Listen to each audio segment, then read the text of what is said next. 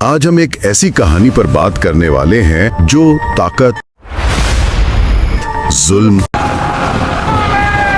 और ईमान के गिर्द घूमती है। और ये कहानी मिस्र की सरजमीन पर शुरू होती है, जहाँ एक हुक्मरान था, फिरौन, जो खुद को खुदा समझता था। तुम्हारा वजूद मेरी ही तख्लीक का मरहून मन्नत है और उसका हुक्म ही कानून था। फिरौन को एक पेशनगोई ने डरा दिया था कि बनी इसराइल में एक लड़का आएगा जो उसकी सल्तनत खत्म कर देगा। हर पैदा होने वाले लड़के को कत्ल कर दो। ये खौफ पर मबनी एक ऐसा निजाम था जो एक पूरी कौम की उम्मीद खत्म करने के लिए बनाया गया था। और इसी अंधेरे के बीच वो बच्चा पैदा होता है जिसका नाम मूसा है कि वो अपने सबसे बड़े दुश्मन के घर में, उसी के महल में पलता है। कहानी का आगाज ही नाकाबिले यकीन है। बच्चे को एक संदूक में रखकर दरियाए नील में बहा दो। लेकिन यहाँ सिर्फ हुक्म नहीं है, एक वादा भी है। अल्लाह फरमाता है, हम उसे तुम्हारे पास वापस लाएंगे और उसे अपने रसूलों में से बनाएंगे। तो ये सिर्फ बच्चे को बचाने की कोई तरकीब नहीं थी, ये एक मुकम्मल इलाही मंसूबे का ऐलान था। मतलब ये था कि दरिया की लहरें यूं ही नहीं चलेंगी, बल्कि एक खास मंजिल की तरफ जाएंगी।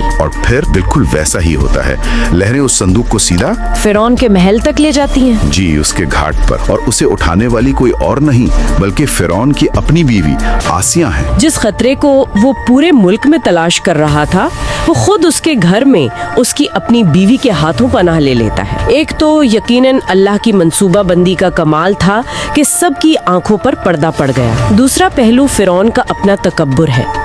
वो ये सोच भी नहीं सकता था कि उसका दुश्मन इतना करीब उसकी अपनी छत के नीचे पल सकता है। अच्छा, उसे लगा होगा कि उसने तमाम खतरात को खत्म कर दिया है। उसका गुरूर ही उसका सबसे बड़ा अंधापन था। और फिर देखें क्या होता है, जब बच्चा किसी भी दाया का दूध नहीं पीता, तब मूसा की बहन ही अपनी माँ को बतौर दाया पेश करती हैं। और फिरौन ना सिर्फ अपने दुश्मन को पालता है, बल्कि उसकी परवरिश के लिए अपनी जेब से पैसे भी देता है। तो मूसा महल में एक शहजादे की तरह पल बढ़ रहे हैं, लेकिन उनके अंदर एक शनाख्त का बहरान भी तो होगा। वो मिस्री नहीं है, लेकिन बनी इसराइल की गुलामी भी नहीं झेल रहे। यही अंदरूनी कश्मकश उस वाक्य को जन्म देती है जो सब कुछ बदल देगा। जब वो जवानी को पहुंचते हैं, अल्लाह उन्हें इल्म और हिकमत अता करता है। एक दिन वो शहर में देखते हैं कि उनकी कौम का एक शख्स एक मिस्री से लड़ रहा है। वो मदद के लिए आगे बढ़ते हैं और गुस्से में मिस्री को एक मुक्का मारते हैं और वो वही मर जाता है। और यही वो लम्हा है जहाँ हमें उनकी शख्सियत की एक बहुत इंसानी झलक नजर आती है। वो कोई गलती से पाक हस्ती नहीं दिखाए गए। वो फौरन अपने किए पे शर्मिंदा होते हैं और कहते हैं, ऐ मेरे रब, ये शैतान का काम था, मैंने अपने आप पर जुल्म किया, मुझे माफ कर दे। लेकिन इस वाक़े का जो नतीजा निकलता है वो बहुत दिलचस्प है। अगले ही दिन वही इसराइली शख्स जिसे उन्होंने बचाया था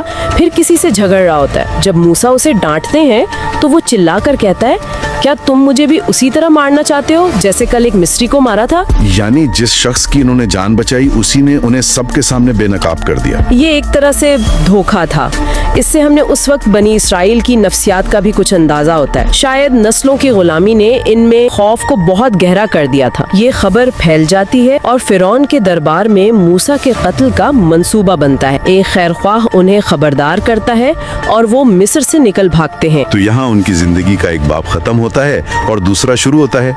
महल की जिंदगी पीछे रह गई और अब वो एक बेयार मददगार मुसाफिर हैं। एक तवील तन्हा सफर के बाद वो मदियन पहुंचते हैं। वहाँ एक कुएं पर वो देखते हैं कि चरवाहे अपने जानवरों को पानी पिला रहे हैं और दो लड़कियां एक तरफ खड़ी इंतजार कर रही हैं। वो खुद थके हुए और भूखे हैं, लेकिन आगे बढ़कर उन लड़कियों की मदद करते हैं। यहाँ उनका किरदार खुलकर सामने आता है। महल में उन्होंने ताकत का इस्तेमाल देखा था, लेकिन यहाँ वो खिदमत का मुजाहरा करते हैं। ये शहजादे से चरवाहे बनने का सफर है। उन लड़कियों के वालिद, जो एक बुजुर्ग नबी हजरत शुएब अलैहिस्सलाम बताए जाते हैं, वो उनकी शराफत और ईमानदारी से मुतासिर होकर उन्हें न सिर्फ पनाह देते हैं, बल्कि अपनी एक बेटी की शादी भी उनसे कर देते हैं, इस शर्त पर कि वो 8 से 10 साल तक उनके पास काम करेंगे। तो एक शहजादे की जिंदगी गुजारने के बाद ये 10 साल का अरसा इनकी रूहानी तरबियत का दौर था, जो उन्हें आने वाली अजीम जिम्मेदारी के लिए तैयार कर रहा था।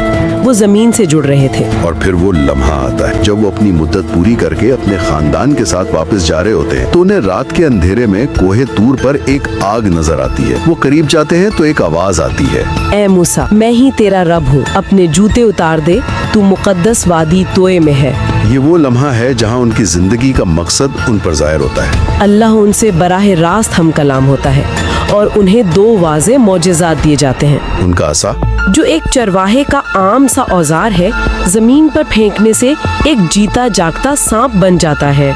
और उनका हाथ, जब वो उसे अपनी बगल में डालकर निकालते हैं तो वो बगैर किसी बीमारी के सूरज की तरफ चमकने लगता है। ये निशानियाँ खास तौर पर फिरौन के लिए डिजाइन की गई थीं। फिरौन का माशरा जादू और ज़ाहिरी शान शौकत से बहुत मुतासिर था। असा का सांप बन जाना बराह रास्त उसके जादूगरों के फन को चैलेंज था और चमकता हुआ हाथ उसकी सल्तनत की ज़ाहिरी चमक दमक के मुकाबले में एक इलाही नूर की अलामत था। ये सिर्फ अल्फाज नहीं थे, ये अल्लाह की तरफ से वाज़ेह सबूत थे। अब उन्हें हुक्म मिलता है, फिरौन के पास जा, वो हद से बढ़ गया है। ये कितना बड़ा हुक्म होगा।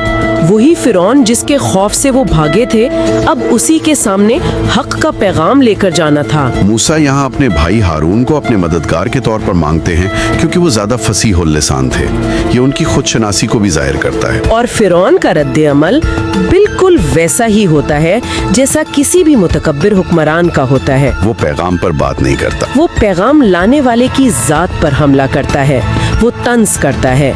क्या ये वही नहीं जिसे हमने बचपन में पाला और फिर इसने हमारा एक आदमी भी कत्ल कर दिया था? वो माजी के एहसानात जताकर और पुराने जुर्म याद दिलाकर मूसा के इखलाकी कद को छोटा करने की कोशिश करता है। जब मूसा अपना असा जमीन पर फेंकते हैं तो वो एक खौफनाक अजदहा बन जाता है। फिरौन और उसके दरबारी खौफजदा हो जाते हैं, लेकिन फिरौन फौरन इसे जादू करार दे देता है। वो कहता है, कोई मसला नहीं, हमारे पास इससे बेहतर जादूगर है। और यहाँ फिरौन अपनी सबसे बड़ी गलती करता है। वो उसे हक और बातिल का मुकाबला नहीं बल्कि अपनी अना और ताकत के मुजाहिरे का मौका समझता है।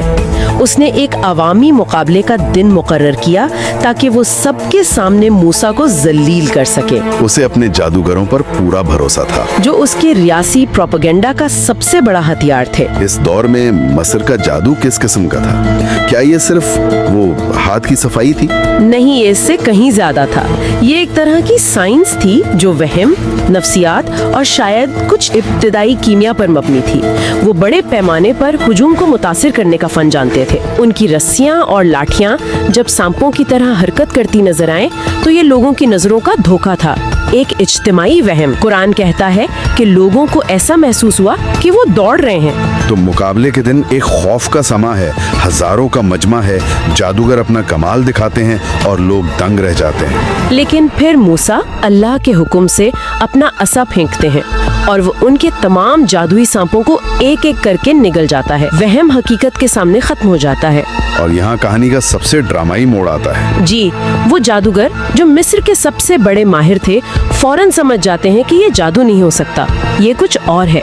ये रब की कुदरत है। जिन माहिरीन को वो अपनी ताकत साबित करने के लिए लाया था, उन्होंने ही उसे सबके सामने झूठा साबित कर दिया। ये एक सियासी और नजरियाती जलजिला था। फिरौन गुस्से से पागल हो जाता है। वो इन्हें धमकी देता है कि मैं तुम्हारे हाथ पांव काट कर तुम्हें सूली पर चढ़ा दूंगा। लेकिन उनका जवाब ईमान की पुख्तगी को जाहिर करता है। वो कहते हैं, जो करना है कर लो, हम तो अपने रब की तरफ लौट रहे हैं। हक वाजे हो चुका था। इस वाक़े के बाद फिरौन का जुल्म बनी इसराइल पर और बढ़ जाता है और फिर अल्लाह के हुक्म पर मूसा रात के अंधेरे में अपनी कौम को लेकर मिस्र से निकल जाते हैं। जब फिरौन को पता चलता है तो वो एक बहुत बड़ा लश्कर लेकर उनका पीछा करता है। इस मंजर का तस्वुर करें, बनी इसराइल बहरे अहमर के किनारे पहुंचते हैं। आगे गहरा समंदर है, पीछे फिरौन की खूनखार फौज। बचने का कोई रास्ता नजर नहीं आ रहा। कौम घबराकर चिल्लाने लगती है, हम तो पकड़े गए। ये ईमान का आखिरी और सबसे कड़ा इम्तिहान था। जब हर ज़ाहिरी सबब खत्म हो चुका था। जब नाउम्मीदी उरूज पर थी तब मूसा ने क्या कहा? उन्होंने कहा, कल्ला इन्ना माई रब्बी सयहदीन, हरगिज नहीं, बेशक मेरा रब मेरे साथ है, वो जरूर मुझे रास्ता दिखाएगा। ये तवक्कुल की वो चोटी है जहाँ इंसान असबाब से मावरा होकर सिर्फ अपने रब की जात पर भरोसा करता है, और फिर वो अजीम मोजज़ा होता है जिसने तारीख बदल दी। अल्लाह के हुक्म पर मूसा अपना असा समंदर पर मारते हैं और समुंदर दो हिस्सों में फट जाता है, बीच में एक खुश्क रास्ता बन जाता है और पानी दोनों तरफ पहाड़ों की तरह खड़ा हो जाता है। ये सिर्फ एक रास्ता नहीं था, वो फिरौन जो दरियाए नील को अपनी ताकत समझता था, उसे पानी में ही शिकस्त दी जा रही थी। बनी इसराइल उस रास्ते से सलामती से गुजर जाते हैं, लेकिन जब फिरौन और उसका लश्कर तकब्बुर के साथ उस रास्ते में दाखिल होता है तो समंदर वापस मिल जाता है। और वो हुक्मरान जो खुद को सबसे बड़ा रब कहता था, वो पानी में डूबते हुए बेबसी से पुकारता है कि मैं भी मूसा के रब पर ईमान लाया। लेकिन अब बहुत देर हो चुकी थी। सही। इस तरह अल्लाह ने दुनिया को दिखाया कि तकब्बुर और जुल्म का अंजाम क्या होता है। फिरौन की लाश को इबरत के लिए महफूज कर लिया गया और वो कमजोर कौम जिसे वो गुलाम बनाता था, उसे अल्लाह ने उसकी आंखों के सामने निजात दी। ये कहानी हमें बताती है कि अल्लाह का मंसूबा इंसानी मंसूबों से कहीं बड़ा होता है, और ये हमें सिखाती है कि जब ईमान मजबूत हो तो बज़ाहिर नामुमकिन हालात भी बदल सकते हैं।